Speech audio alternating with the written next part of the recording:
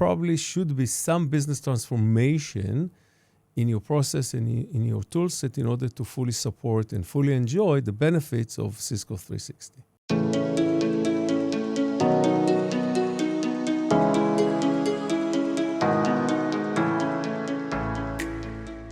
Hello, Raphael. How are you doing? Thank you for joining the show. Pleasure to be here. So, Cisco 360 has been rolling out since February. Most partners we speak to know what the program is, but what we keep hearing is that the real challenge is the how. So, what are we seeing there? Exactly as you mentioned, the partners understand the program, but they find it difficult to implement. The how is the challenge. Changes to the process of quoting, changes to the process of renewal result in less than optimal usage of the program, which means leaving money on the table. And that's one of the main challenges that we see in the VAR industry at the moment. Mm-hmm. So for someone who's still trying to make sense of it all, can you break down how PVI and CPI actually connect? Yes. So basically what Cisco is doing, as usual with previous programs, is to try to motivate the VAR to sell the more modern, the more profitable, the more scalable solutions. Mm-hmm. And what they do, basically, they provide, one of the elements of the program is to provide back-end rebates based on what Cisco wants to drive, right? And that's basically is reflected as the Cisco partner incentive or the CPI, the incentive rebates, right? Now, this is a number that is attached to every SKU in different geographies, different tracks, and so on and so forth. But in addition to that, there is a grade that the partners are rewarded, okay, which is called the Partner Value Index, or PVI, which basically is used to define how well the partner executes the program. And that number is evaluated, audited by Cisco on an annual basis. And it is used, you can say, as a multiplier for the CPI, right? In order to create or define the actual rebates that partners will get if they execute specific actions with specific part numbers in a specific geography and in a specific sales situation, okay? Sales situations can span across what we call land, which is like a first time deal with a customer, adopt, which is expanding the adoption of the technology, the expansion of the technology, and of course, at the end, the renewal that comes after a year or 3 years period of time. Yeah, and the frustrating part is that you only really get to see it once a year in the audit. There's no warning before that. You're building up risk without even realizing it. And then it shows up all at once. Now, let's zoom in on land. That's where deals are actually getting won or lost. What does good looks like there? So, a land type of deal is a first-time customer, right? So you're trying to, of course, optimize for the highest total contract value, or what's called TCV. But what is not less important is how quickly and how accurately you execute on that, right? So speed of how you interface with the customer, how quickly do you provide the quote, how quickly you close the deal, how accurate your relationship is, how quickly you run the iterations of the quotes and so on.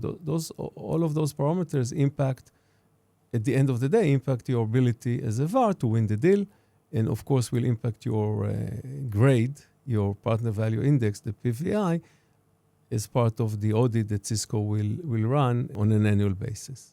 Right. So at the end, it's not just a sale productivity thing. It's actually tied directly to Cisco 360 performance, right? Correct.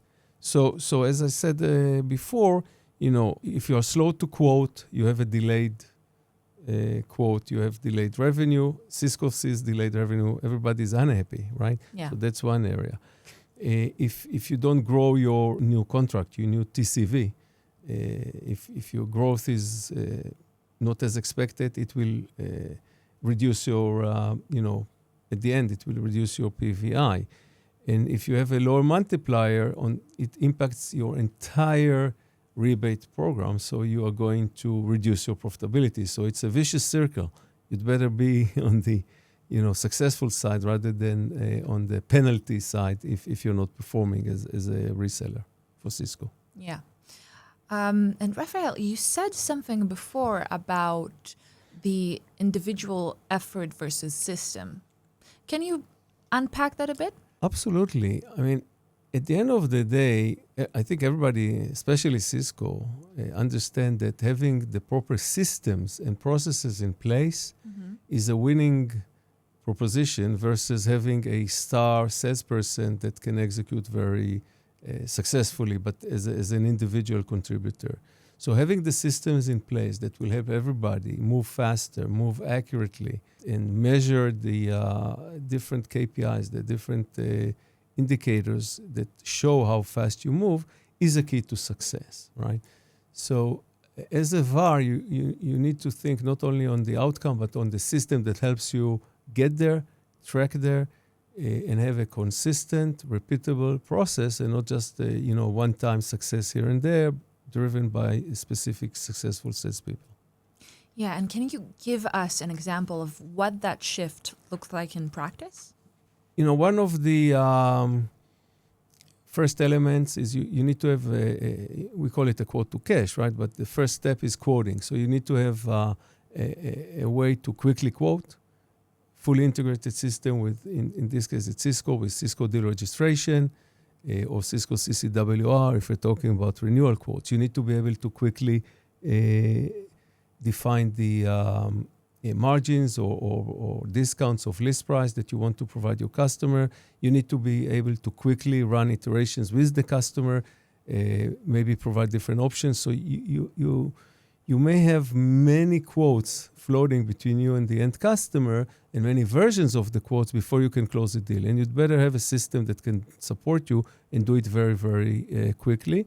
So your sales team can focus on the customer needs and less on the admin, on the manual copy-paste or any manual changes. So faster, more accurate, easier for the customer to comprehend and understand are the key factors that will make you successful at the end of the day.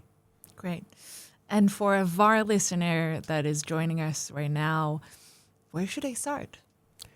I think the first step is to look at the current process and say, how should it change in order to better support the Cisco 360 in all aspects that I've already mentioned, right? Let's take a look at the workflows, map the workflows that exist today, see any bottlenecks, identify bottlenecks, take the bottlenecks into the next step, which is have the right tooling or the tool sets in order to address the bottlenecks, and understand that there probably should be some business transformation in your process and in your tool set in order to fully support and fully enjoy the benefits of Cisco 360. Yeah. So knowing what the program requires and actually building your own operations around it are two very different things. And a lot of partners are still stuck in between, Thank you for that, Raphael.